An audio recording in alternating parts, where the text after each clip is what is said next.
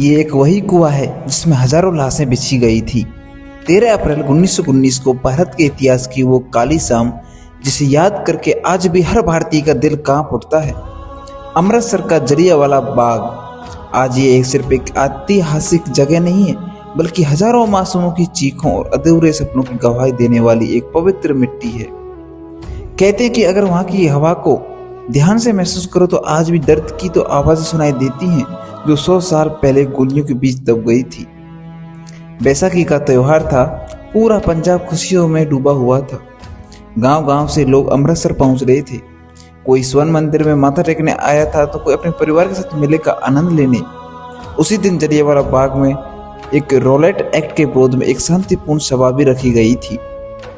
हजारों लोग वहां इकट्ठे थे, बच्चे खेल रहे थे, लोग भाषण सुन रहे थे।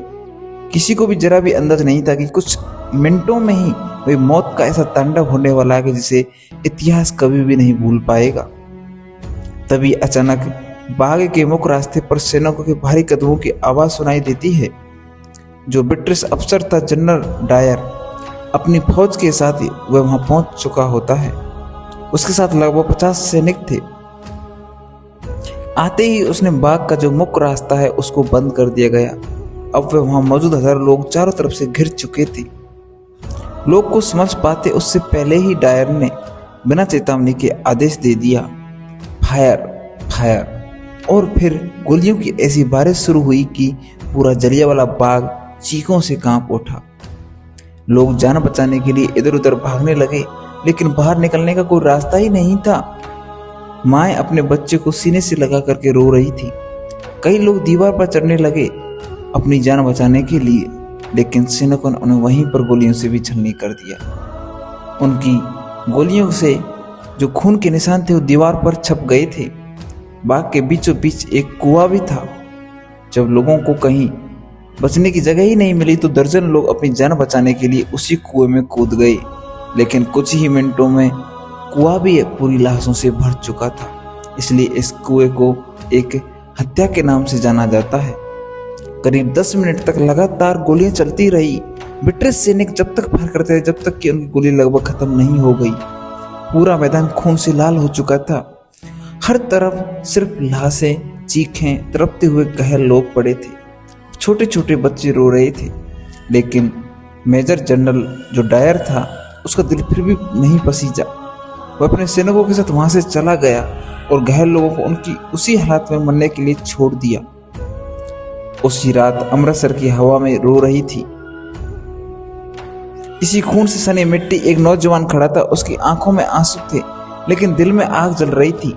उसने वहीं एक कसम खाई, इस नरसंहार जिम्मेदार लोगों को मैं कभी माफ नहीं करूंगा।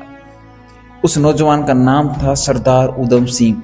उधम सिंह ने अपने आंखों के सामने मासूम बच्चे, महिलाएं, बुजुर्गों को तड़प तड़प कर मरते हुए देखा था। उसी दिन उनके दिल में एक आग जली, बदले की आग।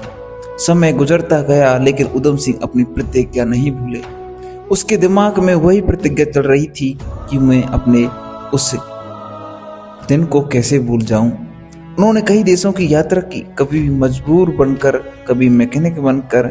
उन्होंने अपना नाम ही कई बार बदला। उनका सबसे मशहूर नाम था राम मोहम्मद सिंह आजाद।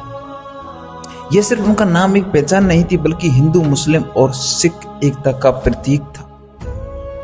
उधम सिंह जानते थे कि जलियांवाला बाग नरसंहार के पीछे सिर्फ जनरल डायर नहीं, बल्कि पंजाब का पूर्व लेफ्टिनेंट गवर्नर माइकल और ड्रायर भी जिम्मेदार था, जिसने इस नरसंहार को सही ठहराया था। फिर आया 13 मार्च 1940। लंदन का एक कैक्स्टोन हॉल। एक बड़ी राजनीतिक सभा चल रही थी।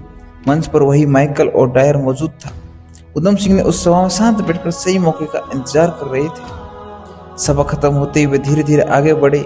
उन्होंने अपने कोट के अंदर से छुपाई हुई रिवॉल्वर निकाली और फिर धड़ाम धड़ाम गोलियों की आवाज से पूरा हॉल गूंज उठा। माइकल ओ आहर जमीन पर गिर चुका था। 21 साल पुराना बदला आखिर पूरा हो चुका था, लेकिन उधम सिंह वहां से भागे नहीं, वहीं शांत खड़े रहे। उन्होंने खुद को पुलिस के हवाले कर दिया। उनके चेहरे पर डर नहीं, बल्कि एक सुकून था। जब अदालत में उनसे पूछा गया कि उन्होंने ऐसा क्यों किया, तो उन्होंने गर्व से कहा, मैंने अपने देश के लिए किया है, मुझे मौत से डर नहीं। 31 जुलाई 1940 को लंदन की जेल में उधम सिंह को फांसी दे दी गई। लेकिन वो मरकर भी आज अमर हैं। आज भी जलियांवाला बाग की दीवार पर गोलियों के निशान मौजूद हैं।